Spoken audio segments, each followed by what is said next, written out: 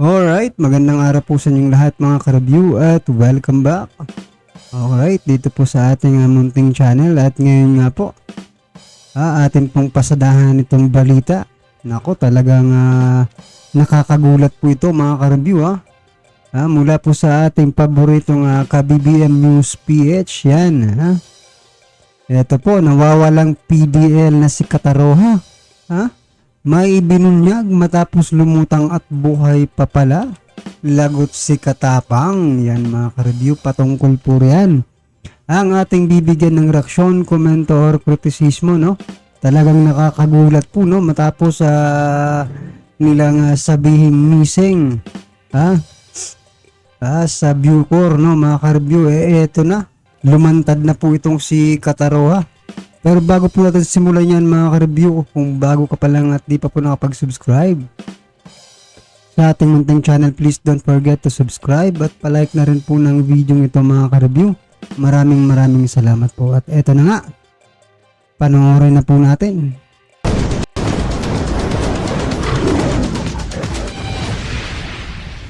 Mga ka-BBM, ikinagulat ni Bucor Chief General Gregorio Jr. at OJ Secretary Boy Rimulya ang paglutang at pagkakadakip sa isang controversial na PDL na si Michael Kataroha. Si Kataroha ang lumikha ng napakalaking usapin sa kasaysayan ng Bureau of Corrections o Bucor, kung saan ay nagkaroon ng pagdinig sa Kongreso at Senado noong mga linggo.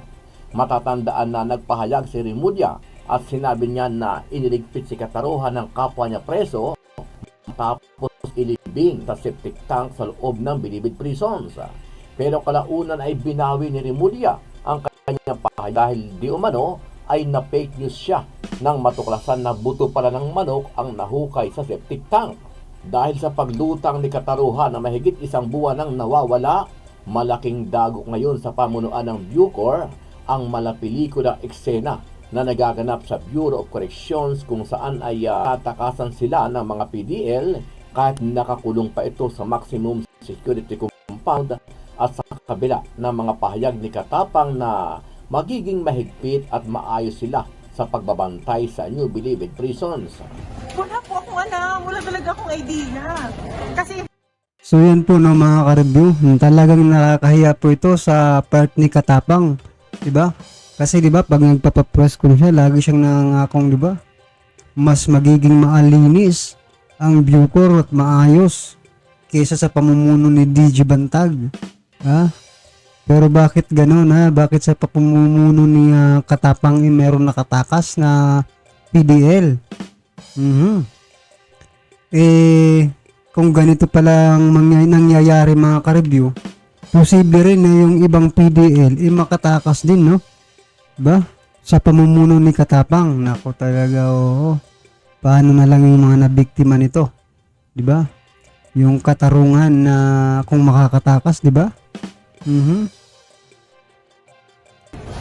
pilit ko siyang ginoon na wala naman. Bigla na lang daw po siya pumunta sa bahay ng pamangkin ko. Mga ka-BBM, sa eksklusibong pahayag ni Michael Kataroha, magugulat kayo kung paano siya nakalabas ng Bilibid at kung anong teknik ang kanyang ginawa. At sa panig naman ng kampo ni Katapang at Rimulya, malaking palaisipan kung bakit nakalabas ang PDL na ito sa kabila ng paghihigpit sa New Bilibid prisons. Ano ang masasabi mo dito mga ka-BBM? Sama-sama nating panuorin ang buong video at pakicomment nyo po ang inyong mga reaksyon at sariling opinyon. Pero bago yan, muli po ako nag-iimbita sa mga hindi pa po nakasubscribe sa ating channel. So yan mga ka-review, subscribe na po kayo. Ang subscribe button at palike na rin po ng video. Maraming salamat po. Updated sa mga bagong upload natin na legit at napapanahong balita. Maraming pong salamat. Julius, nandito nga tayo sa Angono Police Station at nandito na nga, buhay na buhay, yung nawawalang missing PDL ng Bucor na si Michael Angelo Kataroha. Naaresto siya 4:15 ng hapon at dinala siya rito para sa medical. At si Kataroha yung pinagtalunan dati ng Kongreso at Senado at sinabing nawawala at nasa septic tank. Mamaya, eksklusibo akong babalik para interviewin natin, ipakita natin yung interview ng nanay at mismong itong si Michael Kataroha na inaabangan natin ngayon. Julius Sherry. Maraming salamat, Gary De Leon. Kaugnay ng pag-aresto sa tumakas na bilibid inmate na si Michael Cataroha, live mula sa Angono, Rizal, nasa frontline ng balitang yan, si Gary De Leon, exclusive. Gary, anong latest dyan? Nag-mugshot at nag-fingerprinting na nga, nakita na nga natin siya at tinanong nga natin pero naging matipid ang kanyang mga sagot kung paano nga siya nakatakas sa Bucor. Sa litratong ito, makikitang hawak ng mga otoridad ang nakatopless pang si Cataroha habang pinoposasan. Kuha yan kaninang hapon lang. Nakapanayam ko kanina ang nanay ni Cataroha na inakusahan noon na nagtatago sa kanyang anak, bagamat itinanggi niya yan. Pakinggan natin ang kanyang pahayag. Ano siya? Ano mo nalaman nandiyan nasa tabi-tabi niyo? Wala po akong alam. Wala talaga akong idea. Kasi, pilit ko siyang ginawa na ano. Wala naman. Bigla na lang daw po siya pumunta sa bahay ng pamangkin ko. Sa tulong naman ng intel ng Angono Police, ay agad natukoy ang bahay na pinagtataguan ni Cataroha. Dito na siya nadakip at dinala sa police station para sa verification at coordination ng PNP sa Bucor. Una at eksklusibong binilita noon ng News 5 ang pagkawala ni Cataroha sa Bilibid. Nakakulong siya roon dahil sa mga kasong anti-fencing at karnaping. July 15 siya nawala at huling nakita na nag-aapunan sa dormitoryo nila. Ang unang sabi ng Bucor noon, baka napagtripan at itinumba na ng ibang inmate si Cataroha. Hanggang sa may na-discovering buto ng septic tank ng maximum security compound. Ayon kay Justice Secretary Boying Rimulya, kay Cataroha ang buto. Pero kalaunan ay binawi ito ng kalihim at inaming na fake news siya. Lumabas din na buto lang pala ng manok ang nakita sa septic tank. Kaya lumutang ang posibilidad na hindi patay at tumakas lang ng kulungan si Cataroha hanggang sa nadakip na nga siya kanina. Julius, nangyari nga kanina ay dadalhin siya sa provincial police station at ang gagawin naman ay doon siya susundin ng Bucor. Hanggang sa ngayon kasi walang representative na dumating mula sa kampo ng Bucor. Kanina tinanong natin sa Bucor paano nga nahuli si Cataroha. Ang sabi nga nila ay coordination ito ni Angie Bautista, yung dating head executive assistant ni Katapang, at yun ang nag-coordinate sa PNP dito sa Angono para madakip nga si Cataroha. Matapos ang mahigit isang buwang paghahanap sa person deprived of liberty na si Michael Angelo Cataroha sa New Bilibid Prison o NBP, naaresto na ito ng mga tauhan ng Angono Police sa bahay nito sa Sitio Manggahan, Barangay San Isidro, Angono, Rizal, kahapon August 17. Ayon kay Police Major Lauro Moratillo, hepe ng Angono Municipal Police Station, hindi na nagawang makatakas at manlaban ni Cataroha na nadatan nilang kumakain. Nag-concentrate kami dun sa area na yun dahil nandun mga kamag-anak niya. So ito sana yung iniisip ni Katapang, no, mga ka-review. Kasi napakahirap po manghuli ng mga kriminal, di ba, mga ka-review, sa part ng mga pulis, di ba? Tapos makakatakas lang. Di ba? Sana, di ba, magbantay naman sila ng maayos. Ha? Gawin naman nila yung trabaho nila bilang Bucor employee, di ba, mga ka-review? Kasi kaya nga po sila nandyan para gawin ng maayos ang kanilang mga trabaho. Or mag-serve sila ng naayon sa batas. Hindi puro illegal ang ginagawa. Paano natin masasabing di illegal, di ba, mga ka-review? Marami na pong nangyayari, di ba? Mga pinapapapasok, yan, di ba? So yan, mahiya naman po kayo sa mga kapulisan na itinataya ang buhay para mahuli lang yung mga kriminal na yan, tapos makakatakas lang, di ba? Yung tipster niya kanina tumawag sa amin, na-spotted na siya ron. Kaya mabilisan lang yung galaw namin, yung pagpaplano namin na hindi siya makakalusot sa aming pagpaplano. Kaya po nahuli namin. July 7 taong kasalukuyan nang nakatakas si Cataroha sa maximum security compound ng NBP, habang July 15 naman nang malaman ng mga tauhan ng Bureau of Correction o Bucor na nawawala na ito dahil sa ginawa nilang counting sa mga preso. Based doon sa kanyang sa aming kwento, lumabas lang po ng casual and then accordingly, ginaya lang niya yung natatak doon sa mga visitors. So paglabas niya, chinek siya ng gate, pinakita lang niya yung stamp sa kanya kasi ang ginamit niya is ballpen na luma. Pinag-aralan niya, in short, yung kilos, yung galaw. Tapos ang sabi niya, naghanap siya ng isang tao na kasing sukat niya, kasing body build niya. So that yung pangalan, nag-ano na lang siya, gumawa na lang siya ng pangalan under a certain Julius Villanueva ang ginamit niya. Magsasagawa ngayon ng malalimang investigasyon ang Bucor kung paano nakatakas si Cataroha at nakalusot sa mga tauhan ng ahensya sa maximum security compound. Meron po kaming coordination letter with Abono PNP last August 5. Grabe mga ka-review, no? Parang dumaan lang si Cataroha. Parang normal lang na bisita itong si Cataroha nang lumabas. Ganun po bang nangyari? At hindi na, diba, hindi na mukhaan ng mga PDL dyan, ay ng mga opisyal o mga gwardya, diba mga ka-review? Ganun lang pala kadaling, paano kung gawin yan lahat ng, diba, yung mga PDL, makalabas agad, diba? Grabe. Siguro kailangan na talagang magkaroon ng pagbabago dyan mula sa pamunuan ni Katapang. Palitan na lang po siguro ito kasi, di ba, nakakahiya po ito kung nandiyan pa rin siya na may nakatakas. Di ba mga ka-review?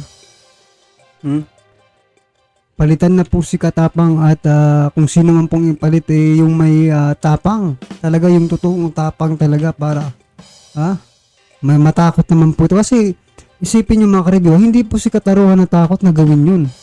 Hindi po natin alam kung anong meron, di ba? Kung bakit hindi siya natatakot na, di ba? Kung ikaw ngayon mga ka-review, gagawin mo ba yun? Hindi ka ba matatakot? Dadaan ka lang sa gate na sasabihin mong bisita ka? Nako. Kaya kailangan po talagang, sa palagay niyo po, kailangan na po ba talagang palitan si Katapang dyan para maging maayos ang Bucor? Nako. Humingi kami ng tulong para po malukit natin if ever. Kasi although hindi naman natin nasisiguro na pinatay o inilibing doon sa Bucor, so hindi rin namin tinanggal yung possibility na nakatakas po siya. July 26, 2022 nang dalhin sa NBP si Cataroha sa kasong anti-fencing at mayroon din itong pending na kasong karnaping. October 20 naman ang kaparehong taon nang ilipat ito sa maximum security compound. Sa ngayon sumasailalim na sa procedure si Cataroha upang ibalik sa New Bilibid Prison. From the pieces of evidence gathered from your statements, we still do not know whether Mr. Cataroha is alive or not, or whether he is still inside the New Bilibid Prison o nakalabas na. So yan mga ka-review ito na nga po, di ba? Nakakahiya po talaga ito sa part ni Katapang kung yung kay DJ Bantag na pinaalis nyo dyan wala namang katotohanan yun kasi di ba? Wala kayong kasi yung di ba si Zulueta tinanggi na kasabwat si DJ Bantag. Pero ngayon di ba mga ka-review itong kasalanan ba yung tumakas na PDL? Sa palagay nyo malaking kasalanan ba ito para sa isang opisyal ng Bucor na may makatakas na PDL? Ano kaya ang disciplinary action na gagawin ng DOJ dyan sa nangyaring ito, di ba? Ano kaya ang gagawin ni SOG Boying Remulla dyan kay Katapang?